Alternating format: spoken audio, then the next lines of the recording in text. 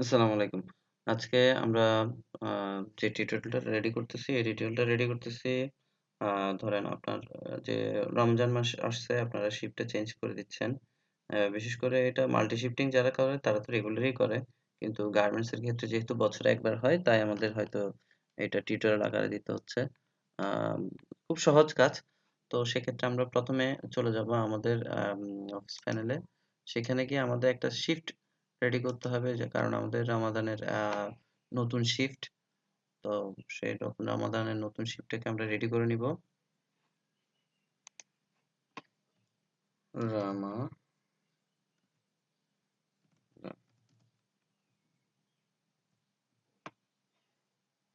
Copy করলাম, paste করে দিলাম। তো আমাদের শিফটের টাইমিং হবে আমাদেরকে বলা হয়েছে সকাল ৮টা থেকে। শিফট হবে আম ৪টা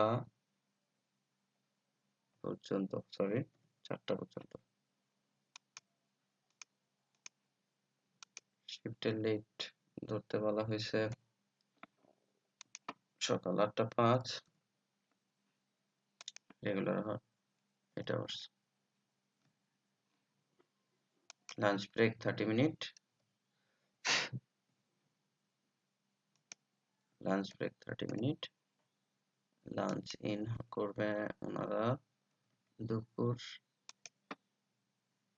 ১:৩০ থেকে দুপুর ২টা। এখানে একটু পিএম করে দিতে হবে, এটাও পিএম করে দিতে হবে। ওকে, আমাদের শিফট রেডি হয়ে গেছে। এখন এটা আমাদের রামাদান শিফট। সো আমি সেভ দিলাম। আমাদের একটা নতুন রামাদান শিফট হয়ে গেল। সো আসেন আমরা রামাদান শিফট রেডি করে ফেলছি। সেম আমার একটা রামাদানের আরেকটা শিফট রেডি করতে হবে।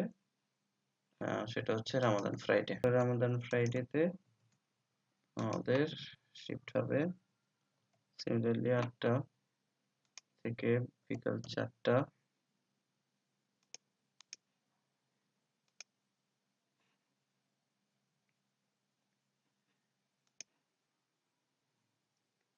তো এখানে আমরা রামাদান ফ্রাইডে রেডি করলাম সকাল ৮টা থেকে ৪:৩০। আর রমাদানের ফ্রাইডেতে আমাদের শিফট চলবে আ ১ ঘন্টা লাঞ্চ ব্রেক হবে ১ ঘন্টা। তো লাঞ্চ ইন করলাম দুপুর ১:৩০ টায়। আর লাঞ্চ আউট হবে আ ২:৩০ দুপুর ২:৩০।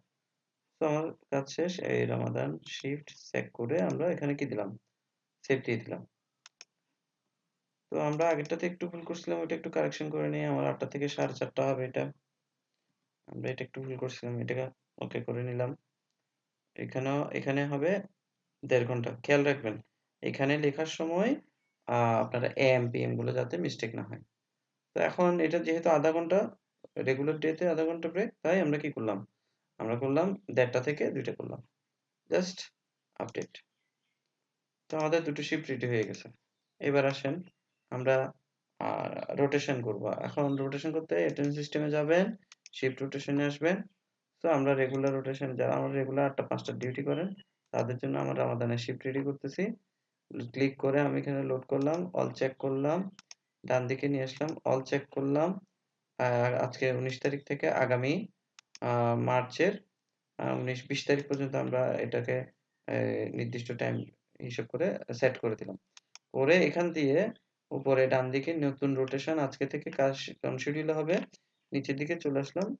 আমরা as a regular Ramadan shift যেটা আমরা রেডি করছিলাম একটু আগে ওইটা দেখাই দিলাম। দিয়ে জাস্ট সেভ। তো এই ডাটাটাও নিয়ে নিছে। বাটন ক্লিক করার পর আমাদের ৫ টা মিনিট একটু অপেক্ষা করতে হবে। ৫ টা মিনিট অপেক্ষা করতে হবে। আপনারা একটু অপেক্ষা করবেন। কারণ এখানে হাজার ডাটা ১৯ থেকে আগামী ২০ মাস পর্যন্ত সিস্টেম অটো সেট করে দিচ্ছে। সো এটাতে একটু সময় লাগবে। আপনারা একটু অপেক্ষা করবেন মেসেজ আসা পর্যন্ত। সো আমাদের এই রোটেশনটা সেটআপ হয়ে গেছে সাকসেসফুলি। এই যে মেসেজটা আসবে, মেসেজটা আসলে আপনার রোটেশন ওকে হয়ে এখন এই মুহূর্তে নেক্সট স্টেপ হচ্ছে আমাদের আমাদের তো রেগুলার সেটআপ হয়ে গেছে। এই মুহূর্তে আমাদের যেহেতু রিকোয়ারমেন্ট দেওয়া আছে শুক্রবারে আমাদের ১ ঘন্টা লাঞ্চ ব্রেক হবে, তাই আমরা আলাদা একটা শিফট রেডি করছিলাম, সেটা হলো ফ্রাইডে শিফট।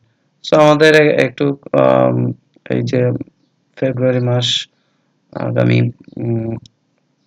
20 তারিখ, হ্যাঁ, তো শুক্রবারগুলো আমাকে একবার করে রোটেশন ইনপুট দিয়ে দিতে হবে। ফ্রাইডে যে আমি শুক্রবার দুটোটা ডেটই আমি শুক্রবারের ডেটটা রাখছি, রেখে আমি জাস্ট সেভ দিলাম। এটা এখন সেট আপ হয়ে যাবে। শুক্রবারের জন্য আলাদা শিফট। যদি সব শিফট শিফট একই রকম হতো তাহলে এটা করা লাগতো না। সো আমাদের এই শুক্রবারের হয়ে গেল। এভাবে আমাদের প্রত্যেকটা শুক্রবার চেক করে শুক্রবারের ডাটাটা সেভ করে দিতে হবে।